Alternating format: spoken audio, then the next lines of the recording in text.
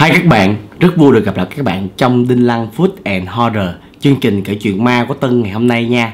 Thì hôm qua là một câu chuyện nhẹ nhẹ để mở màn cho câu chuyện cương thi đầu tiên tại Penang, Malaysia. Thì câu chuyện này nó phải liên quan đến người Hoa là chắc chắn tiếp. Tại vì người Hoa là cái người định cư ở đây và gây ra rất là nhiều chuyện tại cái vùng đất Penang này. Thì những cái chuyện mà họ gây ra đó là những chuyện của gia tộc họ mà thôi. Chứ còn chuyện cộng đồng xã hội chung thì họ lại làm rất là tốt. Họ tạo ra rất là nhiều điều sinh cơ thuận lợi để làm ăn tại vùng đất này. Thì câu chuyện bắt đầu từ một gia tộc nữa tại ở Penang, Malaysia của người Hoa.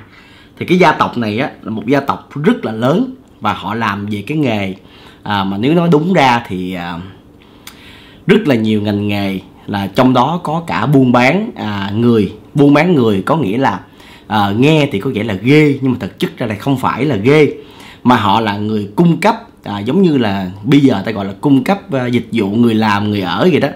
Thì họ cung cấp những người làm người ở, những tỳ thiếp từ bên Trung Quốc qua Penang. Thì những ai mà muốn qua Penang sinh sống và cũng như là có được cái công việc ở nơi đây, cho những cái người bá hộ, những người giàu có ở Penang và người Hoa thì phải đóng tiền cho họ, và những người bá hộ phải trả tiền lại cho cái gia tộc này để mà gia tộc này họ cung cấp cái lượng người như mong muốn. Cho nên họ rất là giàu, họ ăn tiền từ 2-3 đầu lận, từ cái người bên Trung Quốc và cả cái người ở Penang. Thì lúc này người Hoa rất là giàu có tại vùng đất này, cho nên họ bắt đầu họ sống lại cái cuộc sống mà trước đây họ mong muốn. Đó là có người làm, người ở, người hầu, có quản gia, rồi có những người lo bếp núc. Đó, như là thượng ngự thiện phòng của vua ngày xưa vậy đó. Thì họ muốn có được những điều đó. Thì Penang là một đất thuận lợi, làm ăn rất là tốt, cho nên họ mới tuyển những cái người đó từ Trung Quốc qua. Thì tất nhiên là phải có một cái gia tộc đứng ra làm cái chuyện đó. Đó là công việc họ san sẻ với nhau trong cái dòng tộc, những cái tộc lớn ở Penang của người Hoa. Thì cái ông này khi mà ông làm cái ngành này, cái nghề này, thì ông rất là hưng thịnh và giàu có. Thì trong một lần ông tuyển người từ Trung Quốc qua thì có một cặp là tình nhân của nhau. Nhưng cái cô này á, thì cổ quá đẹp. Cổ đẹp phải nói là nghiêng nước nghiêng thành luôn. Cho nên ông mê mẩn và ông muốn chiếm đoạt cô này. Nhưng mà vì cái cô này đã có người yêu đi chung và cũng cùng làm trong cái nhà của ông này, thay vì ổng bán cái cô này cho một gia tộc khác, cho một cái nhà bá hộ khác thuộc dòng tộc của ổng, thì ổng không làm, ổng muốn giữ cô lại. Thì cổ chỉ giữ cô lại, phải giữ luôn người yêu của cổ lại, chứ không thể nào mà tách rời hai người ra. Thì cổ đã nói là tôi không đồng ý, nếu như mà ông này đập đầu vào tường thì chết. Và cái người bồ của cổ á, cũng quyết định là đập đầu vào tường mà chết. Cho nên ổng sợ, ổng sợ thì ổng mới ổng sợ người ta chết, mà ổng sợ mất đi một mỹ nhân trong mắt của ổng mà thôi. Thì chính vì vậy á, mà ổng cố nuôi cô này để ổng đợi cái cơ hội mà ổng chiếm đoạt. Thì cái lúc mà ổng nuôi như vậy á, ổng nuôi cái cô này tại nhà rồi hầu phòng, thì cổ phải lau dọn phòng của ổng thường xuyên. Thì một cái dịp đó là một cái dịp lễ, cái lễ đó là cái dịp lễ là Tết mùng 5 tháng 5 của người Hoa, hay gọi là Tết Đoan Ngọ. Thì ổng kêu cái anh này đi qua bên kia núi để mà lấy một số cái tờ giấy và giống giấy dầu vậy á, để mà về làm cái gì đó ở trong nhà, như là dán trong nhà hay là cái gì đó. Thì ảnh mới nghe lời, ảnh lên đường ảnh đi. Vả lại ở đây cũng đã từng 1-2 năm rồi, không có chuyện gì xảy ra hết. Đó, tại sao 1-2 năm mà hai người này không lấy nhau? Tại vì lấy nhau phải xin phép chủ cho phép thì mới lấy. Chứ còn cái thân phận đầy tớ đó, không phải muốn tổ chức đám cưới là tổ chức đâu. Cho nên là 2 năm trời hai người cũng không lấy nhau, nhưng yêu nhau rất là mặn nồng thấm thiết. Thì khi anh này anh qua bên kia núi á, anh lấy, thì ở đây ổng dở trò đồi bại. Ổng đóng cửa, ổng cho gia đình đóng cửa lại, và ổng cưỡng hiếp cô này trong ngày hôm đó. Thì sau đó ổng không có nói gì cái chuyện này hết. Và mọi chuyện nó dần dần nó đi qua, không ai biết, không một người nào biết. Thì lúc đó sau một thời gian cô này bắt đầu mang thai. Thì khi cô này mang thai á, ổng mới rất là mừng. Ổng mừng là tại vì sao? Thứ nhất là ổng có con, thứ hai là cổ thuộc về ổng rồi. Đó, nhưng mà không ngờ cái người mà bồ của cổ á làm lớn chuyện lên, mới đem ra ngoài bêu riếu la làng lên. Thì ổng mới tức ổng tức tối quá, ổng mới đem nhốt cái anh này vô trong ngục của ổng. Thì những cái ngôi gia đình người Hoa, những cái nhà họ ngày xưa đó mà giàu có, họ đều có ngục riêng nha, để mà nhốt gia đình, nhốt những người mà họ thù hận trong đó để tra tấn, là có riêng chứ không cần phải là quan đinh gì hết. Và vào thời điểm đó ở Penang Năng đó là mạnh ai nấy sống. Người Hoa sống kiểu người Hoa, cộng đồng người Hoa, người Mã Lai, người Ấn Độ sống cộng đồng của họ, không có một quan binh gì có thể mà nói chuyện qua lại với nhau. Có nghĩa là đóng cửa, tối lửa tắt đèn, không ai biết gì hết, là mạnh ai nấy sống. Họ không quan tâm, chỉ quan tâm đến giao dịch và buôn bán thôi. Thì khi nhốt cái anh này vô trong ngục tối, hàng ngày ổng điều tra tấn, đánh đập và vô cùng ác, cho đến khi mà cái cô này cái bụng ngày càng lớn, 7-8 tháng rồi, thì cổ mới nói là bây giờ đó, nếu mà muốn xin cái cốt nhục này ra thì cho cổ gặp cái người yêu cổ lần cuối, để khuyên anh này nguôi giận, đừng có hận thù nữa, để mà cổ yên tâm cổ theo ổng. Thì khi nghe đến đây là ổng ok, ổng khoái quá. Có nghĩa là bây giờ đỡ phiền, chứ nhốt cái thằng đó trong ngục phải nuôi nó hàng ngày nữa, quá là phiền. Thì khi mà cổ vừa xuống có gặp ảnh á, hai bên nói chuyện sao không biết, thì cổ đập đầu vô tường, cổ tự sát, cổ chết. Cái hình ảnh đó rất là ghê rợn. Và khi cổ chết như vậy á, là một xác hai mạng. Thì cái anh này khi mà anh nhìn thấy cảnh đó, anh bị điên. Anh bị điên luôn, anh khùng, anh điên luôn. Thì lúc này cái ông bá hộ tức quá, ông đánh cho ảnh một trận, gọi nó là ghê, dường như là tưởng chừng là chết rồi. Ông quăng ra về bờ núi, nhưng mà ông không có chết, anh này không có chết. Mà còn riêng cái cô này á, vì theo người Hoa đó, nếu mang thai đến cái tháng đó rồi mà bị ai oán mà còn tự sát chết trong cái ngục này á, là rất là oán khí. Cho nên là ông đã mời một thầy Pháp về để mà làm pháp sự, cũng như là chứng yểm cái xác này. Thì người thầy Pháp này nói là chuyện quá gấp, nếu như chôn chậm thì sẽ trở thành thi biến và sẽ là oan hồn cực kỳ khủng khiếp.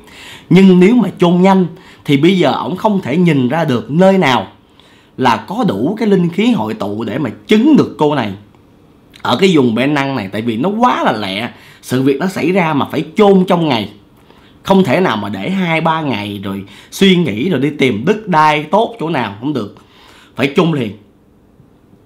Thì chính vì vậy á, mà ông này á, ông mới hỏi cái người thầy Pháp là đất như thế nào, địa hình như thế nào là phù hợp để chôn. Thì khi ông thầy ông mới nói á, là tất cả mọi cái cung cũng như là cái địa thế của vùng đất đó để có thể chôn được cô này mà an toàn cho dòng họ ổng, thì lại rất là xui là ở chỗ là chỉ có hợp với miếng đất của chính dòng họ ổng đang chôn mà thôi, là chừa lại đúng một miếng đất. Thì chính vì vậy á, mà ổng quyết định là chôn ngay miếng đất ở ngay trong dòng họ của ổng. Thì người thầy Pháp này ngay lập tức làm pháp sự để mà đem cái xác cô này vào chôn.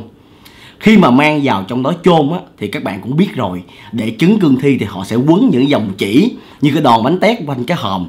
Rồi sau đó là họ sẽ đóng 7 cái đinh, mỗi cái đinh là 7 tấc để mà chứng yểm.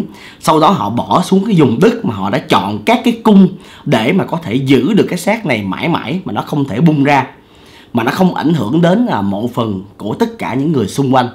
Thì khi mà họ chứng yểm xuống đó, thì họ thấy một hiện tượng rất là ghê, là trong hòm sùi ra những cái bọt máu, chảy từ trong hòm chảy ra. Thì cái người pháp sư này mới nói á, là quá là oán khí rồi, một xác hai mạng là quá là oán khí.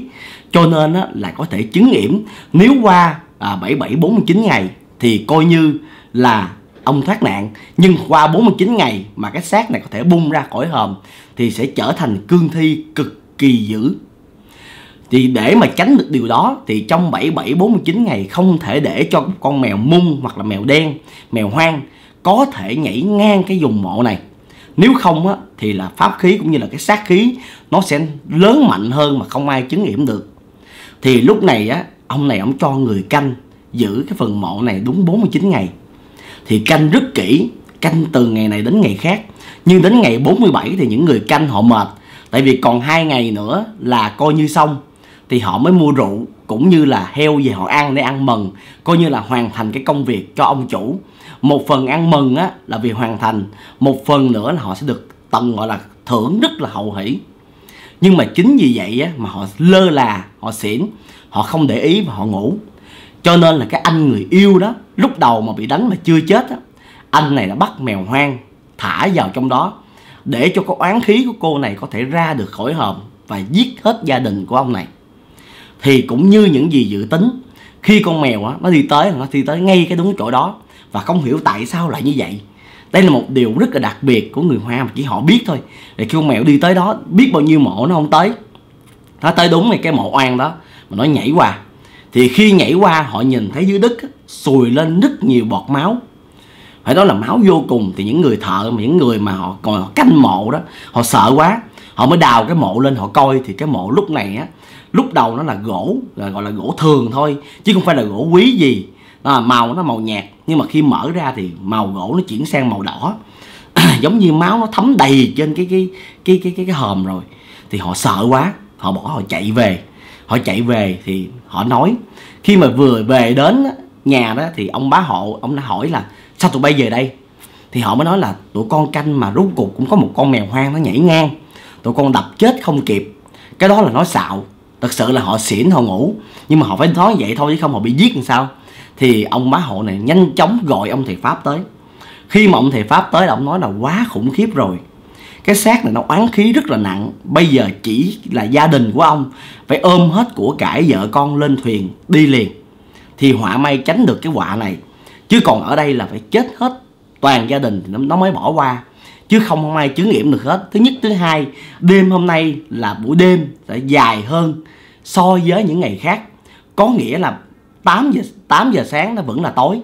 Cho nên là cái gọi cái sát khí, cái ma khí á, nó sẽ lớn hơn, vì phần dương là ánh nắng mặt trời không đến được cái nhân gian của mình, phải 9-10 giờ thì mới được, mà lúc đó là chỉ mới có 7 giờ tối. Thì làm sao mà đợi đến 10 giờ sáng hôm sau được. Mà chuyện này các bạn cũng biết rất rõ, ở bên Năng rất là kỳ, 7 giờ sáng nó cũng chỉ mới có hòm hòm thôi, chứ như 5 giờ sáng của Việt Nam vậy đó, chứ không phải nó sáng trưng. Đó, chính vì vậy mà ông bá hộ này nè, ổng chạy vô và ổng kêu mọi người trong nhà, vợ con, vợ lớn, vợ nhỏ, soạn đồ ngay lập tức, ôm của cải và ra bến cảng. Và khi ra bến cảng họ đã lên thuyền được và họ đi. Khi mà đi ra khỏi biển thì ông thầy Pháp ổng mới bấm pháp sự một lần nữa để mà ổng ngăn cái linh hồn của con cương thi này nó không đi theo ông này được. Thì rất là may mắn, ổng bấm sau đó may mắn lắm là ổng nhìn thấy người này, cái gia đình con bá hộ này trốn được thì ổng bỏ, ổng đi về. Thì khi ổng đi về á, ổng nghỉ ngơi, ổng không làm gì nữa hết. Thì sáng hôm sau ổng nghe người ta nói có một chiếc thuyền trôi dạt ngược trở vô lại bên Năng. Thì khi ra đó thì cả gia đình ông bá hộ này đều chết, trong tình trạng là coi như là gần như là phanh thây xẻ thịt. Thì ở khi ông thầy Pháp ổng thấy như vậy á, ông mới gọi hết tất cả những huynh đệ của ổng tới để làm pháp sự, để mà chứng yểm cả gia đình này, và quyết định thiêu đốt ngay lúc sáng ngày hôm đó là khoảng 12 giờ trưa, là thiêu đốt toàn bộ cái con thuyền và những người ở trên đó. Sau khi thiêu đốt tất cả, họ nhìn thấy rất rõ là trên những cái mạn thuyền chảy ra những cái dòng nhớt xanh rất là thối, mà người ta gọi đó là cái sát khí, cái sát ma đó, giống như cái khí ma nó chảy ra. Thì họ đốt khi nào mà thành tro, mà họ nhìn thấy thành tro bụi luôn. Những cái phần nào mà còn dư dính lại đem lên đốt tiếp, đốt chừng nào mà thành tro thì thôi. Sau đó họ lập bàn pháp sự, và từ đó ở nơi đó bên Năng không xảy ra một cái cương thi nào nữa. Thì theo Tân nghĩ á, cái cô gái thành cương thi cũng bị đốt ở trên đó.